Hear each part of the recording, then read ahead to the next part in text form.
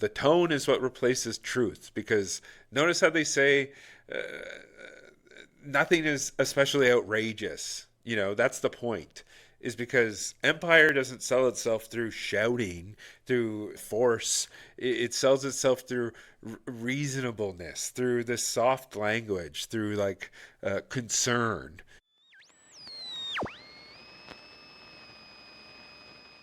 A lot of people that I've been kind of seeing and speaking to from Venezuela and outside of Venezuela, one person said to me a very interesting thing. They said, actually, it might be better the devil that you know. That we knew what Maduro was about and we knew how to deal with him. What comes next is so unknown that it's very scary. Do you share that thought? Particularly on a personal level, I don't share it, because I think what we know so far is that the Venezuelan people have been suffering for years. We've been forced to exile. We've been jailed, persecuted, killed if we speak against the government. We know that people don't have access to basic health care. So even though it is true to a certain terms that we already know what we're getting, it was not good. It was not safe. It was not basic humanitarian needs being met. So they're just putting out all of their mouthpieces throughout the media as well. Vanessa Neumann, she's a former advisor to the opposition leader Juan Guaido, who now runs political risk research firm Asymmetrica. Thank you so much for joining us, Vanessa. What's your reaction to the method in which this regime change seemingly has taken place? Well, thank you for having me on. Really, it's the restoration of democracy, because Maduro was due to have left the presidential palace on the 10th of January of 2025, having lost a 3-1 landslide in the elections, despite the rigging, despite the disqualification of Maria Corina Machado, then her next replacement, and then her stand-in, and Mundo Gonzalez, won, because Venezuelans want out from under this tyranny. So what happens next in Venezuela is really on the heads of what the people of the Chavistas who remain, namely Delcy Rodriguez, Jorge Rodriguez, who's a sort of this chief strategist. Delcy Rodriguez is the chief financial officer, shall we say, of the regime. The head torturer and strategist is her brother Jorge, and Diosdado Cabello and Granco. And if those people leave peacefully, as they were supposed to have done in January of last year, we really should not have civilian casualties in Venezuela. Now, the longer they try to cling to power, and when the democratic forces of Venezuela have voted them out, then this will continue to escalate and get messier. So the deaths of Venezuelans is on the heads of the Maduro's enclave. Vanessa, you mentioned this is a restoration of democracy, but how democratic do you think it can be, or how sustainable would a democratic future there be when it has been forced by a foreign power through violence? It has not been forced by. It's not forced by violence. First of all, this was very much a capture operation, and it has played out exactly as I have said over at least my last 10 television interviews. They have taken out the command and control, the power to respond and attack United States forces without civilian casualties, or doing everything possible to disrupt the illicit financial flows of illicit oil, narcotics, and to a lesser extent gold, and to respond. They have not attacked U.S. civilians, and the Venezuelans people have been pleading to try and get this criminal organization out, and that's exactly what they have done. They have captured the head of the criminal organization, which is Maduro, and his wife, who are indicted, and their nephews have been tried in the United States for fucking scum. There is a lot of worry, given the fact that Trump has said that Petro might be next after Maduro. They've been feuding really since the beginning of Trump's second term in office.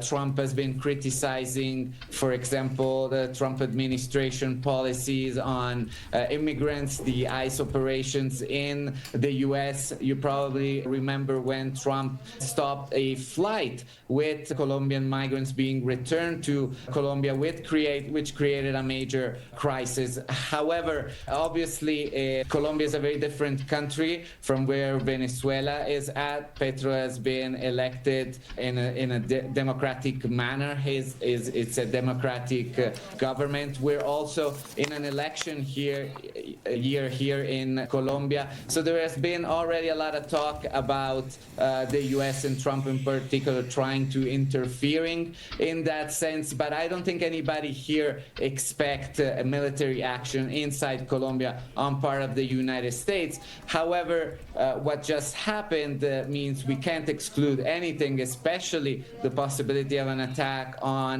criminal organizations or cocaine labs inside the country, which is something that Trump has alluded to.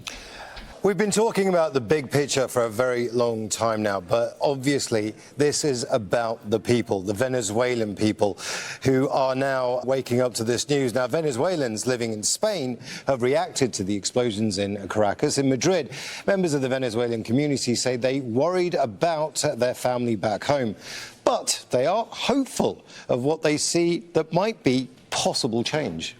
Nervous but happy at the same time about what is happening. All Venezuelans want freedom, and although what people are going through in Caracas is tough, The I believe messaging that on this beyond channel that there is is a just light that will completely lead us to freedom. incoherent. They're just like, we're going to give you Because some we Western have been waiting propaganda, for so do years this. and never believed it would happen. At least I was one of those who didn't believe it. Let us speak now to Vanessa Neumann, who's a former Venezuelan diplomat and the founder of Asymmetrica, which is a defence technology advisory. Joins us now from Oxfordshire in the United Kingdom. Welcome, Vanessa. First of all, did you see this coming? Thank you so much for having me on. Well, yes. I mean, I was woken up actually by someone in the Foreign Office. Called me very early this morning and said, watch what's unfolding. I didn't know it was going to be specifically last night, but it has unfolded exactly as I have been discussing in my various interviews. It's exactly what I have been saying in various interviews. So, yes, I did see it coming. OK, so a decapitation strike, as you put it, that's taken out the leadership, but only the very top level of the leadership, and the noises are that this is it. Correct. That Maduro being extracted from power was the goal, and that's the end of it, according to Marco Rubio, the US Secretary of State. Anyway, but would you anticipate any further US action? There is a risk of escalation within the US, and if there is an escalation, the blood of Venezuelans will be on the hands of the Maduro regime. The Maduro regime was voted out in 2024, and Maduro should have relinquished the presidential palace on the 10th of January of 2025. It is now nearly a year later, and they refuse to leave. And therefore, if Delcy Rodriguez, Diosdado Cabello, and Colonel Granco, who's in charge of the military counterintelligence and therefore the torture machinery, remain and cling to power, then we might see an escalation. And particularly if there is further repression or arms against the Venezuelan people, we could see an escalation from the United States. So really, if the Maduristas want to present themselves as defending their people, they should leave. So what do you think is going to happen? Is the vice president just going to assume control? And wouldn't that just mean that the Maduro project just continues? Well, I don't think she'll be able to hang on for long. Delcy Rodriguez is very intelligent, highly educated, speaks English and French, and she was, in fact, the person who negotiated the finances, the illicit finances that supported the Maduro regime, and in fact also the bankers and the bondholders that put pressure on London and Washington, D.C. to prevent an intervention in Venezuela and in support of Maduro. So she's very, very intelligent, but she's not a military commander. And the military commander that she would basically, I would anticipate, would have to hand over the reins to Dios, who basically is a military commander. He is part of one of the capo of Cartel de los Soles. He is also wanted by the United States government and has a capture order on him, so he would be next in line. Now, he would have to command the troops. The troops are, of course, in disarray, having had their military facilities bombed. So it will be hard for them to cling to power. But those would be the three people: Delcy Rodriguez, her brother Jorge, who's a strategist, Diosdado Cabello, and Granco would be the ones who would need to leave. And then we have the possibility for the elected president, Edmundo Gonzalez, to finally do what the people want and enter the presidential palace. All right. You say the troops are in disarray from the bombings that we saw earlier today before Maduro was captured, which led to the capture of Maduro. But given that there will not, it seems, be any further action from the United States, there's plenty of time for the Venezuelan military to get its act together. And given the support within the military for the Maduro project, then how does that work with what you're saying? Well, the military support for Maduro project, basically, the Chavez project is very ideological, right? The Bolivarian revolution, etc.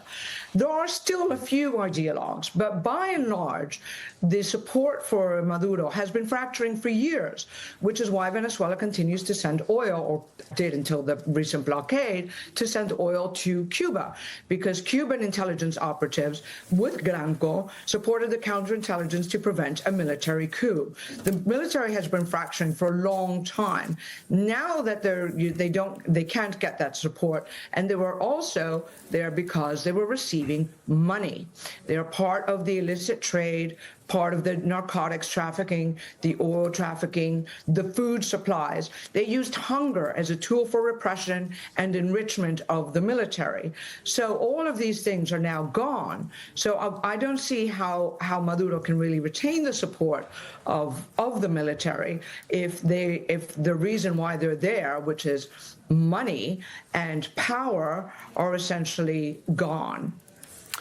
You mentioned the capture of Maduro and how things might develop from there, but we also spoke to a legal expert a little bit earlier. He said that actually what happened was in complete defiance of international law, was therefore illegal. So how do you take that? No, I agree with the other person you interviewed who said that is not there was an international capture order. There's an Interpol notice. There is, he has been wanted. He has an indictment that was unsealed in 2020, but I know for a fact that the evidence of that indictment went all the way back to when Chavez was in power and Maduro was his foreign secretary. So, and back to then, they already had over a decade of evidence with people from within the Chavez and then the Maduro regimes providing evidence of the illegal activity, of the drug trafficking, of the support for international terrorist organizations that have bombed and killed many Americans, Brits, and Europeans in various operations. So from, in theaters of operation, including in the Middle East. So a lot of that material support was provided by Maduro, and those indictments are there. Where it is not uncommon for someone to be captured. We've seen captures of Eichmann. We've seen captures of other heads of state who are wanted and are facing trial in The Hague. So he is facing, he is indicted by The Hague, condemned by the United Nations Human Rights Council, and wanted by Interpol and the United States. So it's a capture. All right, Vanessa, we'll leave it there. Appreciate your analysis and your perspective. Speaking to us there, Vanessa Neumann, speaking to us from Oxfordshire in the United Kingdom. Thank you. We're going to hear now from the former Venezuelan diplomat, Vanessa Neumann, and also the founder of Asymmetrica, a defense technology advisory. And she says Maduro's government should resign to prevent an escalation with the United States. There is a risk of escalation within the U.S., and if there is an escalation, the blood of Venezuelans will be on the hands in escalation, and particularly if there is further repression or arms against the Venezuelan people, we could see an escalation from the United States. So really, if the Maduristas want to present themselves as defending their people, they should leave. The military support for Maduro project, basically, the Chavez project is very ideological, right? The Bolivarian revolution, etc. There are still a few ideologues, but by and large, the support for Maduro has been fracturing for years, which is why Venezuela continues to send oil, or did until the recent blockade, to send oil to Cuba, because Cuban intelligence operatives with Granco supported the counterintelligence to prevent a military coup. The military military has been fracturing for a long time. Now that they can't get that support, and they were also there because they were receiving money. They are part of the illicit trade, part of the narcotics trafficking, the oil trafficking, the food supplies. They used hunger as a tool for repression and enrichment of the military. So all of these things are now gone. So I don't see how Maduro can really retain the support of the military if the reason why they're there, which is money and power, are essentially gone. In a That very woman private. talking earlier is like the PR face of this fucking fascist coup. Like, this is how power enters the room after such violence and sanctions, coups, and social destabilization. Again, not with generals or flags, but with these types of curated voices that are polished, credentialed, calm, reasonable voices that exist to do one thing: set the boundaries of acceptable thought. And what's happening here is that, like, first, expertise is just being laundered. Like, these people are presented as neutral analysts, but they're not outsiders studying the event. They're alumni of the same ecosystem that designed the policies that are now under scrutiny here because of this act. State Department, right-wing think tanks, advisory boards, NGOs, security conferences.